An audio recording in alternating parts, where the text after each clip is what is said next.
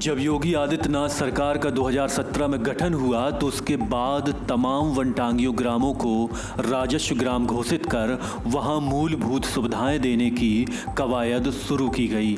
लेकिन आज भी कुछ ऐसी ग्राम सभा हैं जहां पर वन्य क्षेत्र होने के कारण विकास संभव नहीं हो सका है। आज़ादी के 75 वर्ष बाद भी यहाँ के ग्रामीण लगातार विकास की बाट जोह रहे हैं, लेकिन उन्हें आश्वासन पर आश्वासन ही मिल रहा है। बलरामपुर जिले के सबसे पिछड़े ब्लॉकों में से एक हरैया सतघरवा ब्लॉक के ग्राम सभा तेंदुआ नगर में आज तक मूलभूत सुविधाओं का टोटा है। गांव की प्रमुख समस्या यहां पर आने जाने के लिए सड़क का ना होना है। इसके साथ ही सोहेलवा वन्यजीव प्रभाग की गोद में गांव स्थित होने के कारण जंगली जानवरों का भी खतरा रहता है। गांव के 2 मजरों में बिजली की कोई व्यवस्था नहीं है। ग्राम सभा तेंदुआ नगर इसके राजस्व ग्राम भदवार व मजरा गोहनावा में करीब 3000 की आबादी रहती है।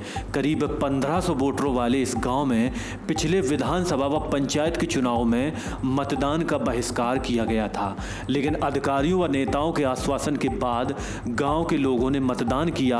गांव के लोग आरोप लगाते हैं कि उन्हें केवल और केवल आश्वासन ही दिया जा रहा है। इंडो नेपाल बॉर्डर पर स्थित होने और जंगल में गांव पड़ने के कारण यहां पर मूलभूत सुविधाओं का टोटा है। सड़क, बिजली, पानी, शिक्षा और स्वास्थ्य जैसी मूलभूत सुविधाएं आज तक यहां नहीं पहुंची हैं। ऊपर से जंगली जानवरों का खतरा भी बना रहता है। गांव में 70% मकान अभी भी छप्पर के बने हुए हैं, जबकि ग्रामीणों को आवास देने के लिए कई बड़ी बड़ी योजनाओं को चलाया जा रहा है। इसके पीछे कारण यह है कि कोई गाड़ी यहां तक नहीं पहुंच सकती, जिससे भवन निर्माण सामग्रियों को लाया जा सके। महिलाएं आरोप लगाती हैं कि यदि किसी की तबीयत खराब हो जाए या किसी महिला के पेट में बच्चा हो और उसे डिलीवरी के लिए अस्पताल जाना हो तो उसे खाट पर या बैलगाड़ी पर लाद कर ले जाना पड़ता है, क्योंकि कोई एम्बुलेंस या गाड़ी वाला ऊबड़ खाबड़ रास्तों पर आना उचित नहीं समझता है। महिलाएं यहां कहती हैं कि कई बार पैसे देने के बावजूद भी एम्बुलेंस और गाड़ी वाले यहां पर नहीं आते हैं। इस कारण से कई महिलाओं और उनके नवजात बच्चों की मौत तक हो चुकी है। ग्रामीण कहते हैं कि बनकटवा रेंज से होते हुए गिरगिटी बांध के रास्ते गोहनवा, भदवार व तेंदुआ नगर तक कुल 4 किलोमीटर सड़क की दरकार है। यदि जंगल में पड़ने वाला 4 किलोमीटर का रास्ता बन जाए तो हमारे जीवन स्तर में सुधार आएगा। हम भी तमाम तरह की सुविधाओं से लैस होकर उच्च स्तरीय जीवन शैली जी सकेंगे। बलरामपुर जिले का ये आखिरी गांव है, नेपाल सीमा पर पड़ता है। हरैया सतगरवा ब्लॉक है और हरैया सतगरवा ब्लॉक जिले के कुछ सबसे पिछड़े ब्लॉक्स में आता है। मैं आपको बताऊं कि ये गांव जो है तेंदुआ नगर ग्राम पंचायत के अंतर्गत आता है और ये एक राजस्व ग्राम भी है और वनटांगिया ग्राम भी है। योगी सरकार जब बनी तो वनटांगिया ग्रामों को राजस्व ग्राम बनाया गया और उन्हें जो है ये सुविधा देने की कोशिश की गई कि तमाम जो सुविधाएं हैं वो यहाँ के लोगों को या यहाँ के बाशिंदों को अनवरत मिलती रहें। लेकिन मैं इस गांव में खड़ा हूं और आप स्थिति देख सकते हैं कि तमाम तरह की परेशानियां हैं। सबसे पहली बात कि यहाँ पर आने जाने के लिए लोगों के पास सड़क नहीं है। तकरीबन 7 किलोमीटर सड़क की आवश्यकता है, जो सोहेलवा वन्यजीव प्रभाग के अंदर से होकर गुजरती है। इस गांव में पहुंचने के लिए अगर बरसात हो या किसी भी तरह का ऐसा मौसम हो जो सुगम में ना हो तो यहाँ पर लोहा लग जाता है। यहाँ की महिलाएं अगर प्रसव पीड़ा से पीड़ित हों तो उन्हें अस्पताल पहुंचने में उनकी मौत तक हो जाती है। लेकिन सरकारों, जिनके ऊपर ये जिम्मेदारी है कि वो इन लोगों को तमाम मूलभूत सुविधाओं से आच्छादित करेंगे, वो यहाँ पर नहीं मिल पा रहा है।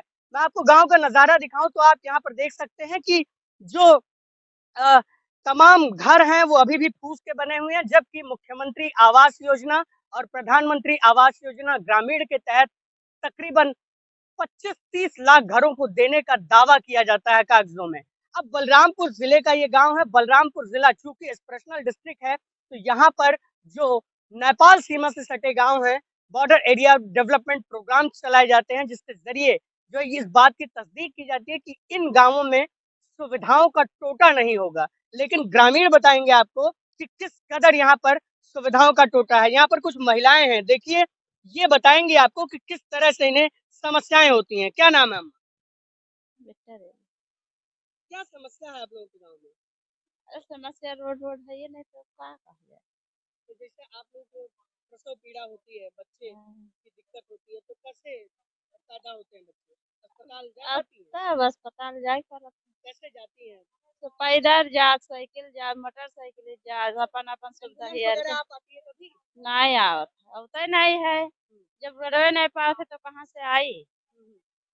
हाँ, मैं बताओ क्या दिक्कत? वहाँ पर पेड़ वहाँ लेकर जाओ तो वहाँ गिरी थे तो पैदल जाओ तो वहाँ एम्बुलेंस क्यों कितने किलोमीटर पैदल चलना पड़ता है? तो बंधवा से वहाँ जाओ 4 4-5 किलोमीटर किलोमीटर। हाँ अच्छा, गाँव में और क्या समस्या है? जैसे पीने के पानी का हाँ तो नल खराब है और नल में पानी नहीं है तो का की जाए कब से ये नल खराब है? ये नल 1 महीने से ऊपर रहेगा खराब प्रधान जी ने बनवाने की कोशिश की? और नहीं की समस्या ये है कि रोड भी नहीं बना है अगर मरीज कोनो घटना घट जाता है तो वहाँ तक जा नहीं पाते है अस्पताल बहुत लंबा है हाँ जैसे आप लोगों को प्रसव पीड़ा होती होगी तो एम्बुलेंस की कुछ नहीं आवत है कैसे जाती है? कैसे बैलगाड़ी जाते से या हैं कार से या कैसे? कुछ पर नहीं जाती कोई अपन साधन अपने पास है जो लेके जाते है पैदल जा पाई जाए मोटरसाइकिल से डल्लप बरसात से के दिनों में कितनी दिक्कत होती है? अरे बरसात में तो बहुत आदमी मर जाते हैं मर जाते हैं। हाँ कोई महिला जिसका मौत हुआ हो या कोई बच्चा जिसकी मौत हुई हो, आप जानती हो?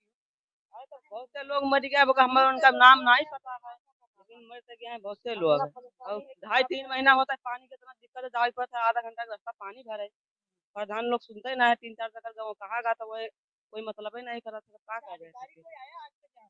अधिकारी आया है अधिकारी आवत है आधे रास्ते में उठ जाते अधिकारी आते हैं आधे रास्ते से लौट जाते हैं, कब गाँव आओ तक तो नहीं पहुँचते। गांव तक नहीं पहुंचाते बहुत जब है पानी है कहाँ मर जाएगी बाघ भालू खाएगी अच्छा, हाँ तो तमाम तरह की समस्याएं, लेकिन सुनने वाला कोई है कि नहीं है? कोई सुन रहा है कोई कि नहीं सुनता है हमारा सब कोई बात ये समस्या है कि वो क्या कहती हैं? समस्या विकट है क्योंकि जो है ये इंडो नेपाल बॉर्डर का आखिरी गांव है। यहाँ से 4-5 किलोमीटर की दूरी पर जो है नेपाल की सीमा पड़ती है और ये पूरा जो गांव बसा हुआ है 3 पूर्व हैं इस गांव के और ये पूरा जो गांव बसा हुआ है वो सोहेलवा वन्यजीव प्रभाग के जंगल के बीच में बसा हुआ है।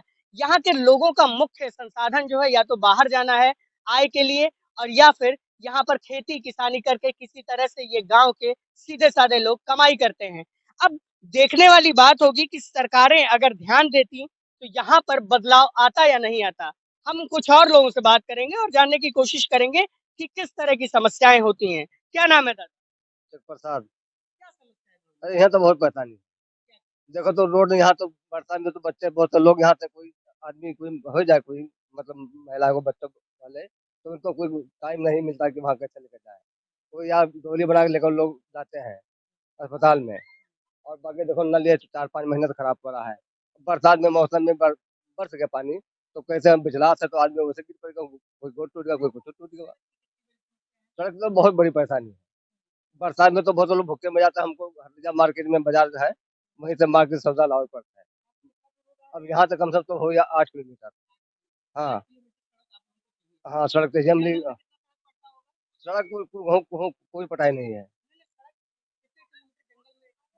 अब जंगल तो यहाँ से कब तक हम लोग 4 किलोमीटर जंगल घुसते हैं हाँ 4 किलोमीटर क्या समस्या है आपके गाँव में? रोड का सबसे ज्यादा समस्या है रोड पानी बिजली सबसे ज्यादा एक समस्या बिजली नहीं आई सरकार तो कहती है कि जो है बहुत बड़ा योजना चलाया गया दीनदयाल ग्राम ज्योति योजना उसके तहत हर गांव को जो है आच्छादित कर दिया। तो सरकार तो दिल्ली में बैठी हुआ अपन व्यवस्था कर रही है यहाँ हमारे लोगों को व्यवस्था नहीं अच्छा, योगी जी कहते हैं कि वनटांगिया ग्रामों को तमाम तरह की सुविधाओं से आच्छादित किया जा रहा है। क्या लगता है कि योगी जी के वादे में कुछ दम है कि नहीं? अब दम जहाँ हुई तहाँ यहाँ कौन दम नहीं यहाँ कोई विकास नहीं है तो यहाँ कौन दम सबसे मेन चीज यहाँ रोड का रास्ता है तो रोड का इतना समस्या है कि अगर बारिश हो जाए तो आदमी मर जाता है अस्पताल तक नहीं पहुँच पाओ तो यहाँ कौन व्यवस्था है पीने के पानी और स्कूल की जो सुविधाएं हैं पीने प्राथमिक विद्यालयों की या आंगनबाड़ी की वो सब आप लोगों को मिल रही हैं? आंगनबाड़ी वाड़ी सब यहाँ बंद पड़ा है आंगनबाड़ी में कोई नहीं और यहाँ प्राइमरी में हम मास्टर आवत हमारे लिए वो अपन जो है सगन बच्चे पढ़ते हैं? हाँ यहाँ पढ़ा था प्राइमरी में हाँ जूनियर स्कूल बंद पड़ा जूनियर स्कूल कितने साल से बंद पड़ा है? वो बना हुई तब से हमारे बच्चे नहीं पढ़ी उनके जो जूनियर वाले बच्चे हैं वो पढ़ा था यहाँ प्राइवेट स्कूल में? नहीं प्राइवेट नहीं प्राइमरी स्कूल में पढ़ा जो प्राइमरी पढ़ते हैं वो भवन जर्जर हो चुका है। हाँ जब और कुछ लोग हैं, इनसे भी जानेंगे कि क्या समस्या है गांव में। क्या नाम है? ये बताइए सिद्धार्थ की जो है क्या समस्या है? अब मुख्य तौर पर यही समस्या है कि अगर हमारा रोड का समस्या अगर हो जाता है तो रोड का अगर समस्या रोड बन जाता है तो सारी सुविधाएं हम लोगों को मिल जाती है। तब अगर कोई अधिकारी आएगा तो सीधे डायरेक्ट हमारे गांव में पहुंच सकता है। अगर रोड नहीं है तो कुछ नहीं, समस्या पूरा कोई समस्या का हल ही नहीं हो पाएगा। जब तक रोड नहीं मिल पाएगा तो यही हमारी मांग है कि जब तक रोड नहीं हो पाएगा तब तक कुछ नहीं हो सकता है।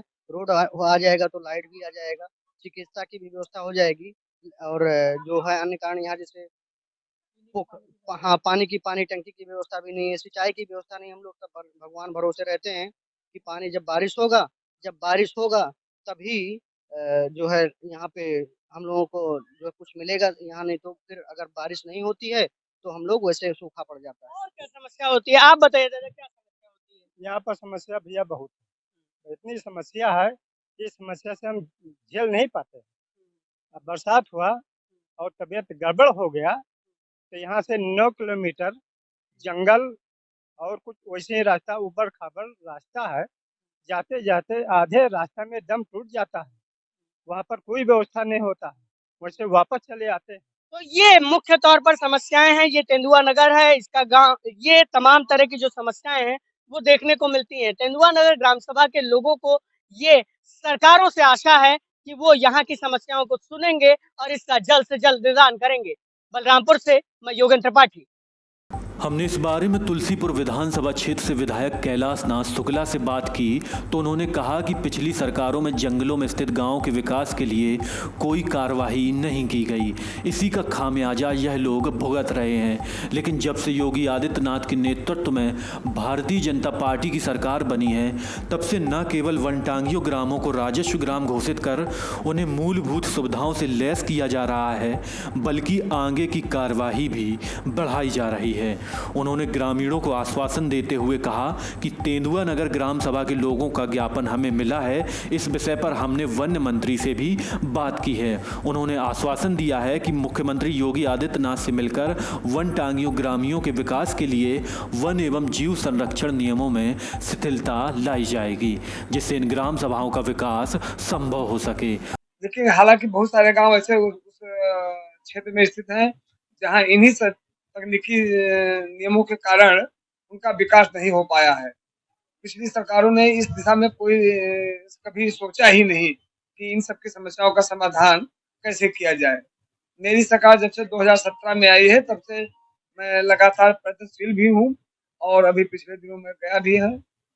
वहाँ जो आवागमन की गंभीर समस्या है, बिजली तो का भी एक संकट है लेकिन सौर ऊर्जा वगैरह हमारी सरकार ने उपलब्ध कराया है, लेकिन आवागमन की समस्या गंभीर है। तो गांव वाले भी मेरे पास आए थे और गांव वालों ने मुझे एक समस्याओं का संबंधी ज्ञापन भी दिया था। तो उनके ज्ञापन को और अपना पत्र लेकर के मैं जो हमारे वन मंत्री हैं सक्सेना जी, अरुण कुमार सक्सेना जी, उनसे मिला भी हूँ और उनसे विषय मैंने रखा।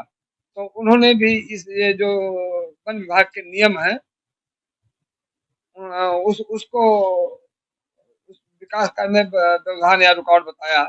तो भी मैं उन्होंने आश्वासन दिया है कि माननीय मुख्यमंत्री से मिल करके और इसमें नियमों में शिथिलता दिला करके मैं प्रयास करूंगा कि सड़कों बन जाए, वहाँ का आवागमन। वहीं जिलाधिकारी डॉक्टर महेंद्र कुमार सिंह ने कहा कि हम कोशिश करेंगे कि फॉरेस्ट डिपार्टमेंट इन गांवों के विकास के लिए सड़क व अन्य निर्माण परमिशन देने की संभावनाओं पर तेजी से विचार करें। इसके लिए जहां जहां पत्राचार करना होगा हम करेंगे और ग्रामीणों की समस्या का समाधान करने की कोशिश करेंगे। उन्होंने कहा कि जिन मूलभूत सुविधाओं को फौरी तौर पर उन्हें दिलाया जा सकता है उसके लिए भी हम प्रयास करेंगे। जाँच करवाकर ग्रामीणों को सभी उचित व मूलभूत सुविधाएं दिलाने की कोशिश की जाएगी।